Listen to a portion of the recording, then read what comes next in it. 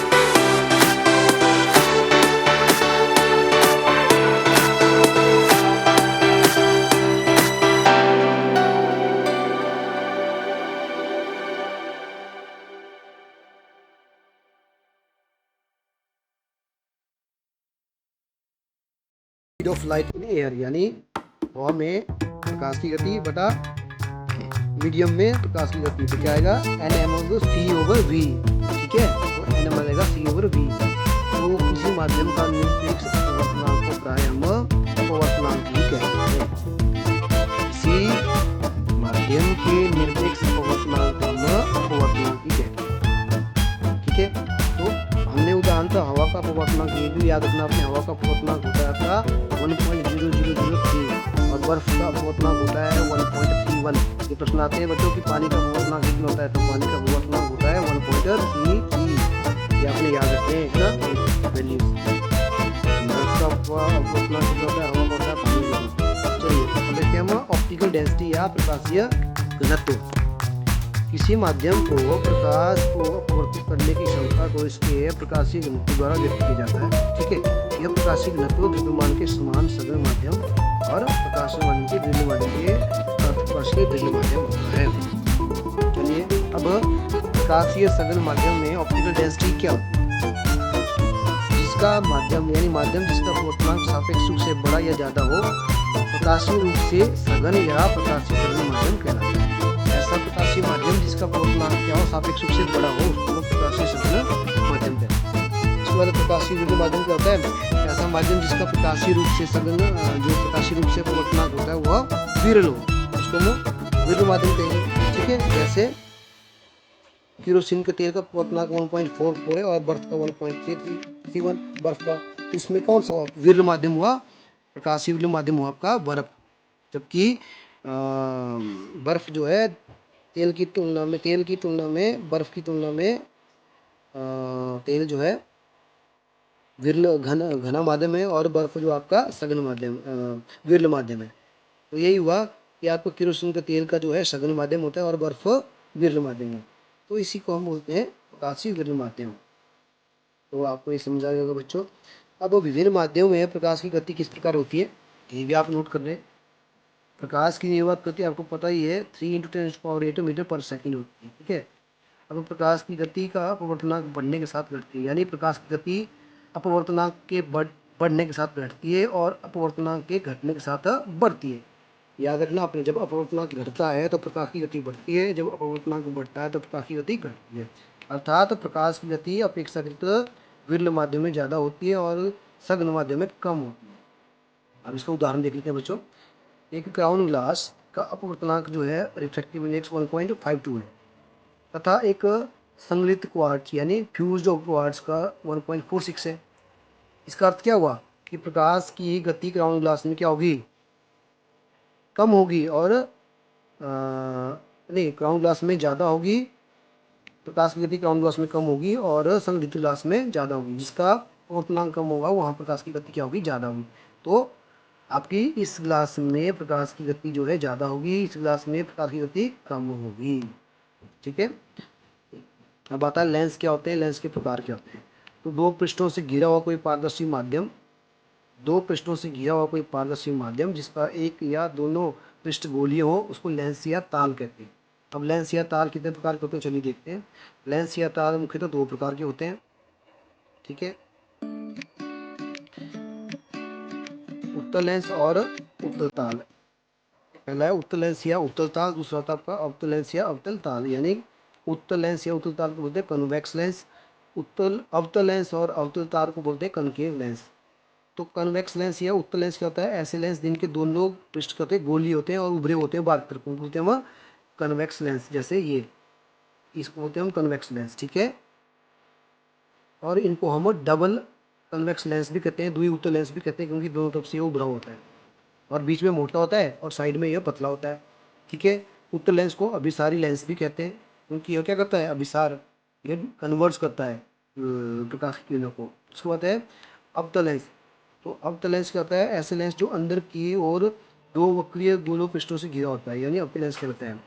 इसको हम द्वि अवतल लेंस भी कहते हैं। और ऐसा लेंस बीच से क्या होता है, पतला होता है, किनार से मोटा होता है। जैसे ये इस प्रकार, ये दो इसके केंद्र जो अंदर की तरफ मुड़े हों और ऊपर से मोटा होगा, इससे पतला होगा, इसको हम अवतल लेंस भी कहते हैं। ठीक है, इसको डाइवर्जिंग लेंस भी कहते हैं या अपसारी लेंस भी कहते हैं अवतल लेंस के लिए। मैंने आपको इस चैप्टर के शुरू में ही बता दिया था। उसके बाद आता है आपका गोलीय दर्पण के संबंधी जो कुछ मुख्य शब्द हैं उनको देख लेते हैं। वक्रता त्रिज्या क्या होती है मैंने पहले बता दिया था आपको, फिर से बता रहा हूँ। एक गोलीय ताल या लेंस के गोले की सतह पर संयोजित जुड़ा होता है, अतः इन दोनों गोलों के उन्हें बने लेंस को ताल या वक्रता केंद्र कहा जाता है। जहाँ से जुड़ा था ना उसको हम उसको केंद्र कहते हैं, वक्रता केंद्र। क्योंकि एक लेंस दो गोलों के भागों से मिलाने से बनता है, अतः लेंस का दो वक्रता केंद्र होते हैं, ठीक है, यानी C1 और C2। ये हो गया आपका वक्रता केंद्र। दूसरा है प्रकाशीय केंद्र। लेंस का केंद्रीय बिंदु इसका प्रकाशीय केंद्र कहलाता है, इसका प्रकाशीय केंद्र कहलाता है। प्रकाशीय केंद्र को प्राय अंग्रेजी भाषा के ओ लेटर से लिखा जाता है। उसके बाद आता है मुख्य अक्ष यानी पेरिफेरल एक्सिस। तो वक्रता केंद्र से गुजरने वाली सीधी काल्पनिक रेखा को उसका मुख्य अक्ष कहलाती है, ये भी आपको पता है। उसके बाद आता है मुख्य फोकस या प्रिंसिपल फोकस। ये क्या होता है, अनंत से आने वाली किरणें जो होती है जो मुख्य अक्ष के समांतर होती हैं, उत्तल लेंस के अपवर्तन के पश्चात जिस बिंदु पर अभिसरित यानी कन्वर्ज होती है उस बिंदु को बोलते हैं वो फोकस लेंस, या इसका ताल का मुख्य फोकस कहते हैं उसको, ठीक है। अब किसी भी लेंस के दो ही फोकस होंगे, जैसे दो के अंदर थे, क्योंकि दो लेंस से मिलकर बना होता है, इसको F1 और F2 कहा जाता है। उसके बाद है फोकस दूरी यानी एफ, इसको बोलते हैं फोकस दूरी या फोकल लेंथ।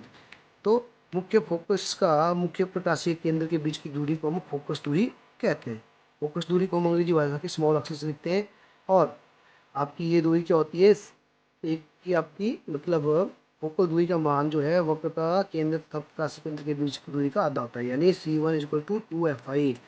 इस प्रकार जो है बच्चों ये लोग जो जो मैंने अभी डेफिनेशन छोटी छोटी चीज़ें पढ़ी, ये है आपकी लेंस से रिलेटेड है। लेंस दो प्रकार को क्या होता है आपका, ये आपको मैंने समझा दिया है और अच्छी तरह से आप समझ भी गए होंगे। चलिए आज के वीडियो को हम यहीं पॉज करेंगे, यहीं ख़त्म करेंगे और इसके आगे हम कल पढ़ेंगे। तो आज की वीडियो में हमने जो टॉपिक पढ़ा उससे रिलेटेड जो हमारे क्वेश्चनार्स बनते हैं, जो हमारा कार्यपत्रक बनता है उसको देख लेते हैं और अपनी समझ को परख लेते हैं। तो चलिए आज के कार्यपत्र की तरफ चलते हैं, ठीक है बच्चों। चलिए तो बच्चों ये रहा आज का आपका कार्यपत्रक। पहला प्रश्न क्या है इसमें, प्रकाश के अपवर्तन को परिभाषित करें, इसके दो नियम बताने। प्रकाश का अपवर्तन क्या होता है इसकी परिभाषा देनी और नियम बताने जो आपको पता है। नंबर 2, प्रकाशीय सघन माध्यम क्या होता है, प्रकाशीय सघन माध्यम क्या होता है ये आपने बताना है। तो ये प्रश्न आप आसानी से कर सकते हो अगर आपको ये टॉपिक अच्छे से क्लियर हुआ होगा। तो उम्मीद करता हूँ बच्चों आपको ये आज का टॉपिक अच्छी तरह समझ आया है और आपका आज का कार्यपत्र आसानी से कर पाएंगे। चलिए इस वीडियो को यहीं ख़त्म करते हैं, मिलते हैं अगले वीडियो में इसके आगे के टॉपिक के साथ। तब तक के लिए अपना ध्यान रखिए और पढ़ते रहिए।